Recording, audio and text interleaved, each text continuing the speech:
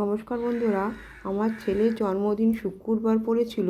তা সাধারণত শুক্রবারে আমি নিরামিষই খাই। হ্যাঁ, তার জন্য আমার ছেলেকে সামান্য কিছু করে দিয়েছিলাম, বেশি কিছু করিনি। তা 5 রকম ভাজা আর অল্প করে পায়েস বসিয়েছিলাম। যেহেতু আমার ছেলে পায়েস খায় না, অল্প একটু মুখে দেয়। আর ছেলের জন্মদিনে মায়েরা পায়েস খায় না, ওর জন্য অল্প করেই পায়েস করেছিলাম।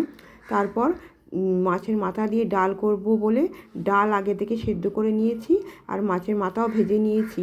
তারপর ওর মধ্যে ফোড়নে জিরে, তেজপাতা, শুকনো লঙ্কা, কাঁচা লঙ্কা, পেঁয়াজ দিয়ে আদা রসুন দিয়ে ভালো করে কষিয়ে নিয়ে ডালটা দিয়ে দিলাম। সমস্ত কিছু দেখানো তো সম্ভব নয়। তারপর ডালটা দেওয়ার পর মাছের মাথা দিয়ে দিলাম, দিয়ে ডালটা ফুটে উঠলে মাছের মাথা দিয়ে ডাল করে নিলাম। তারপর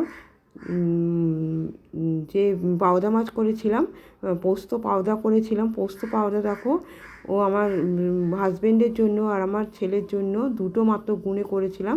তা পোস্ত পাওদা তৈরি হয়ে গেল। আর করেছিলাম পটল চিংড়ি।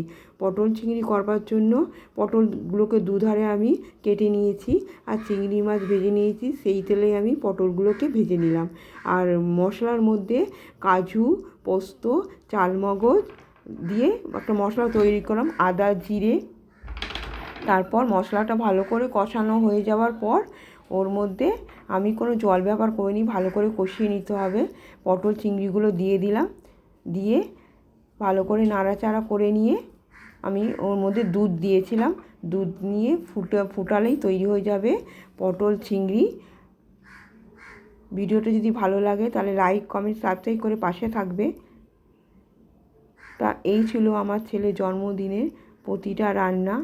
সব কিছু রান্না তো দেখানো সম্ভব হয়নি। টাটা। এই দেখো, তা আমার ছেলের জন্মদিনে কমেন্ট করে বলবে কীরকম রান্নাবান্না হয়েছে। আশা করি ভালোই লাগবে।